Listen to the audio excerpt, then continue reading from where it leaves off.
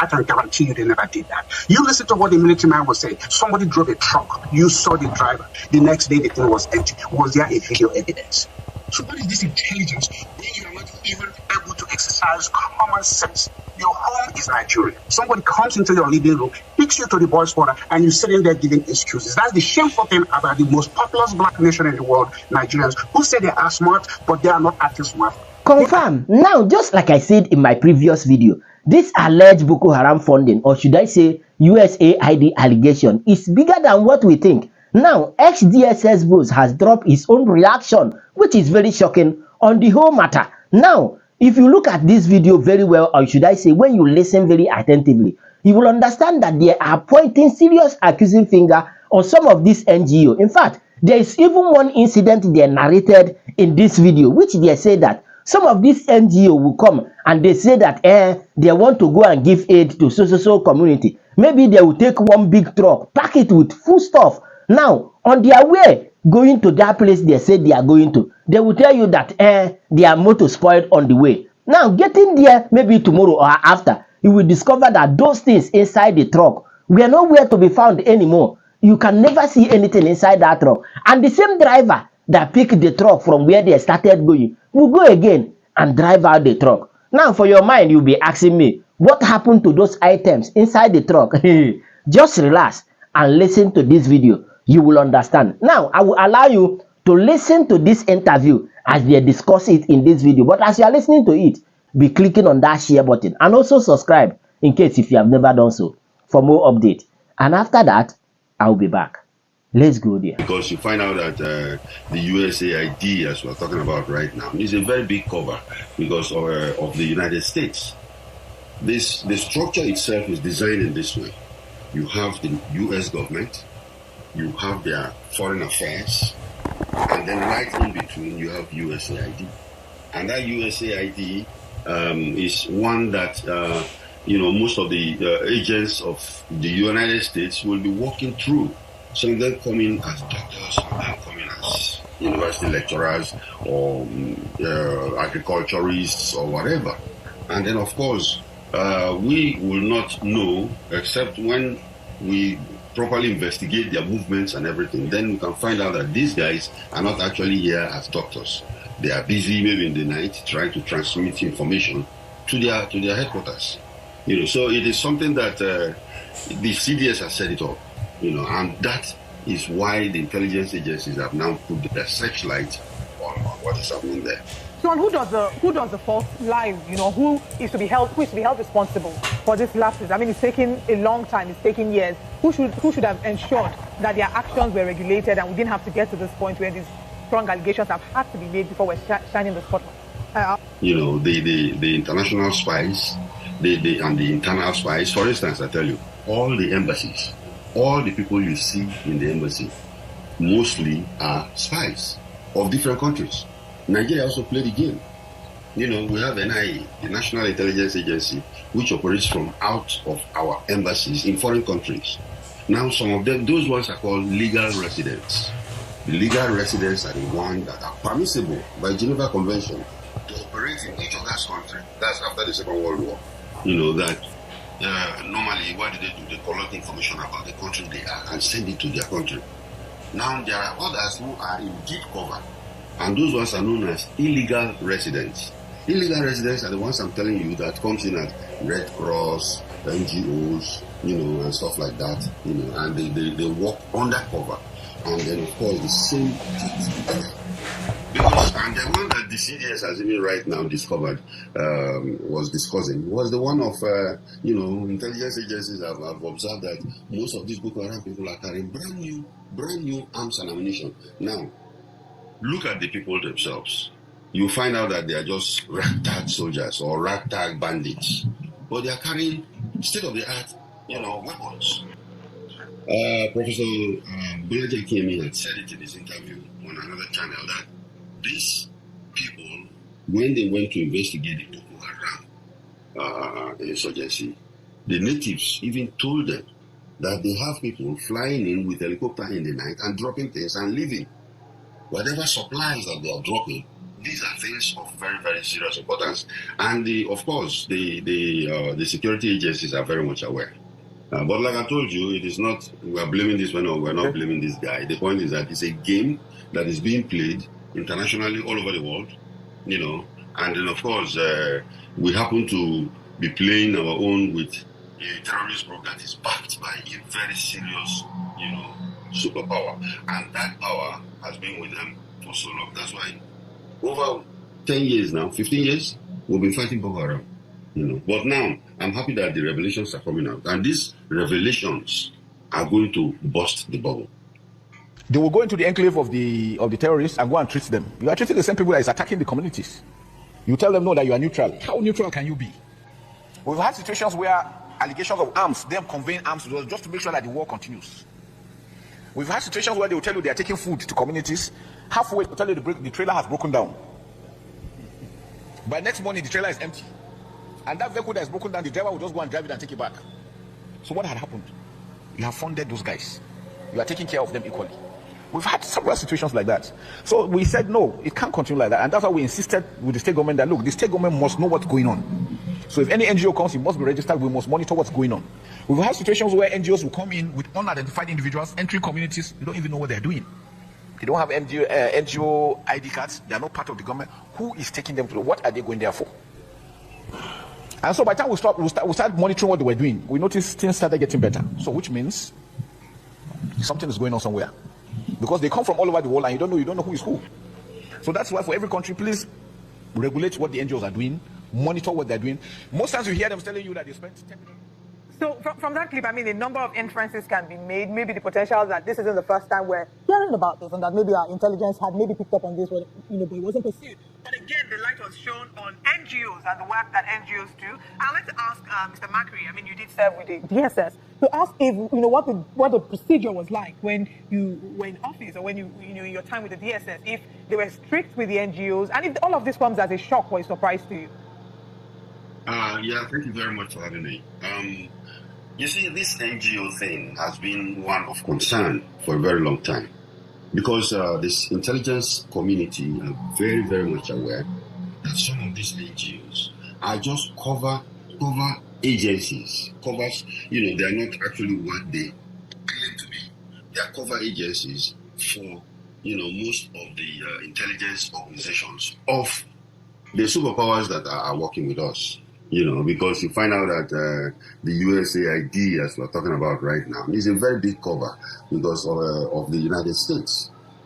The structure itself is designed in this way. You have the US government, you have their foreign affairs, and then right in between you have USAID. And that USAID is one that, most of the agents of the United States will be working through. Some of them come in as doctors, some of them come in as university lecturers or agriculturists or whatever. And then, of course, we will not know except when we properly investigate their movements and everything. Then we can find out that these guys are not actually here as doctors. They are busy maybe in the night trying to transmit information to their headquarters. So it is something that the CDS has said it all. And that is why the intelligence agencies have now put a searchlight on what is happening there. So on who does the fault lie? Who is to be held responsible for this? I mean, it's taken a long time. It's taken years. Who should have ensured that their actions were regulated, and we didn't have to get to this point where these strong allegations have had to be made before we're shining the spotlight? It is not a fault. It is not a fault. It's an international game that is played by every country. I can guarantee you they never did that. You listen to what the military man was saying. Somebody drove a truck. You saw the driver. The next day the thing was empty. Was there a video evidence? So what is this intelligence when you are not even able to exercise common sense? Your home is Nigeria. Somebody comes into your living room, takes you to the boys' quarter, and you're sitting there giving excuses. That's the shameful thing about the most populous black nation in the world, Nigerians, who say they are smart, but they are not acting smart. What you gotta do, what you have to do is, whether you have your own styles or they have their own styles, anytime anybody comes into your country, the helicopter that was flown in, hey, it was into the Nigerian airspace. How are they able to fly? Did they fly from another country? Or because helicopter doesn't have a whole long, distance flight. So how did they get in and do that? So all I'm just saying is that the people that have the affairs of protecting Nigeria or being in the forefront or projecting an image from Nigeria, they have failed Nigeria. They have the offer excuses, they may have titles, but they really don't have the intelligence or the capacity to defend Nigeria where it matters. That's all I'm going to say today is America may be a superpower, but America is just like every other nation. They project their image. Everybody else projects your image. Self-preservation is the first order of business. Anything else is played to the gallery. And Mr. Amakri and the gentlemen have shown in what they have said, they play to the gallery. Excuse me, you may be offended by this, but you have not done your job because you cannot produce a letter that you guys wrote asking or questioning, who are these people? What are they doing in Nigeria? We are having suspicion they're doing something like this. They haven't done it. This is how they go away and say, oh, superpower, America, this and that. I live in America. I run for Congress. Would like Mr. Amakri to respond to this. Thank you for allowing me to respond. Like you said, I was very much entertained by his response, the response of EGK that we are playing to the gallery. It shows that he's very, very much ignorant of what international espionage is all about.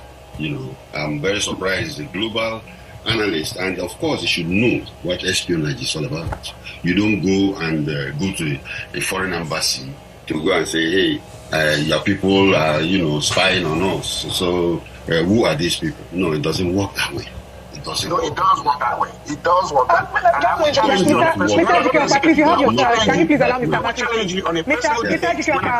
Ejikiopa, please, you have your time. Can you please allow Mr. Amakri? Okay, that's fine. No. Okay, Mr. Amakri. It does not work that way. It does not work that way. In situations where a country is worried about, another country's activities, what they do is to invite the ambassador to their embassy. And we've done it so many times. Nigeria has invited the United States Embassy, Ambassador, UK, High Commissioner, any country, in fact, and then, of course, talk to them and then find out what is going on.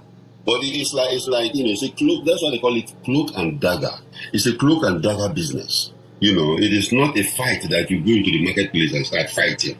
Like, oh, I'm a sovereign country. Why are you here? The Geneva Convention is very, very clear on that after the Second World War, that countries are allowed to open diplomatic missions in foreign countries, in any other countries that are in good friendly situation with them.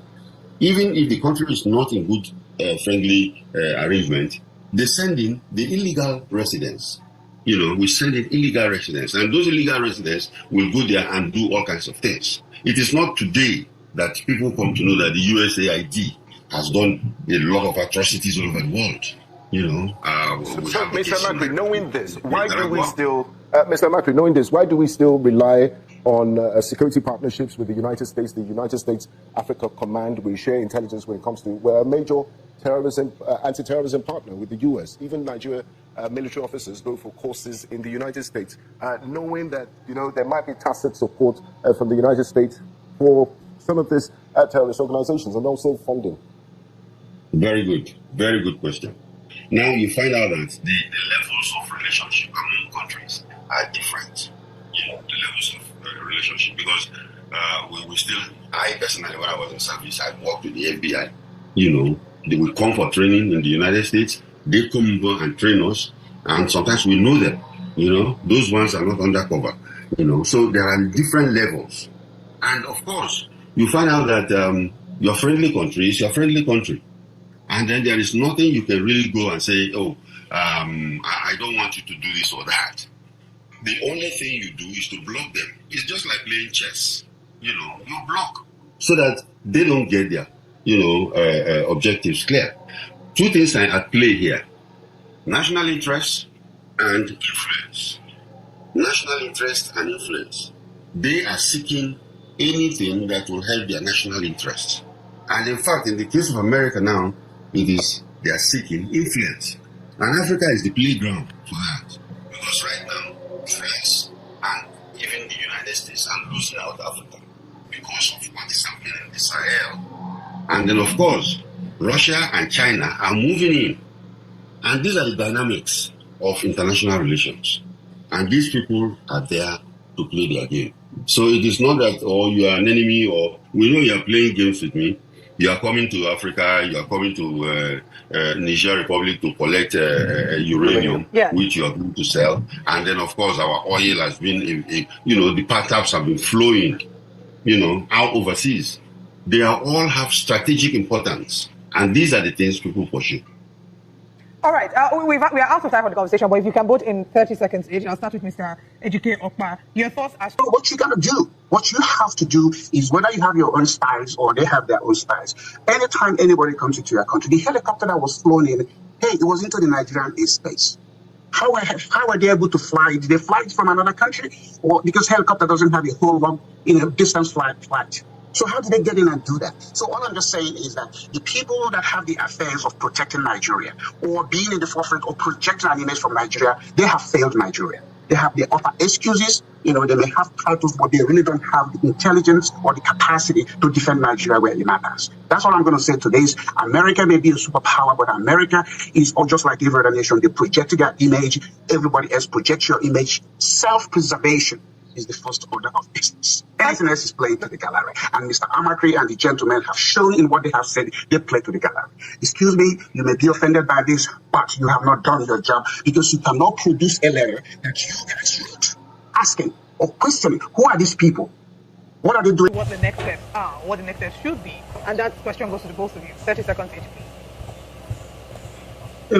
Look, it's just never enough time to get into this stuff. But again, what I'm just saying is that I want Ms. Amaki to say, if any foreign agent has ever been expelled from Nigeria in the past since 1990, because if you recognize somebody is violating, nothing in the Geneva Convention that he keep referring to that he's not an expert on said you cannot expel them. Has Nigeria expelled any diplomat in the past 20-something years? Because they said your actions and your activities are violating us. That's important. You can't, if a relationship is that of a master servant, okay, then you're going to get dominated. The thing is talking about influence and also every nation does that. So what you want to do, if that relationship is not benefiting you, you are allowed to opt out, or you are allowed to define the new rules of engagement. So to sit there and just allow to be stepped on and abused just because you say USAID is doing this is a shame. And again, I want to offer the debate on a one-on-one when I come to Nigeria. I will do it publicly, and I can guarantee you he will be very sorry for himself. Mr. Ajikokpa, thank you very much for your contribution. Please, as quickly as you can, Mr. Makri, 30 seconds. I don't know what you're saying that he's going to be sorry for himself. You on a debate on international relations. Oh, we can debate it. As far as I know, we are very, very ignorant about the dynamics of Let's just... You don't know what every country pursues its own national interest. And the United States, AID has done their work all over the world. We know Nicaragua, Panama, and Peru, and we know all these things. And of course, the game is on now in Africa. Right. We are also playing the game. We went to Liberia in Ecomo. We were pushing our own interest, but we spent a lot of money there, but we know what we are gaining back. It's all about interests and influence. It is indeed about interest and influence. You get the point. Now, I believe your questions were answered, but nevertheless, share your thought with me on the comment section. And of course, you know the vibe now. Click on that subscribe button, follow, and share for more updates. Because like this, we move.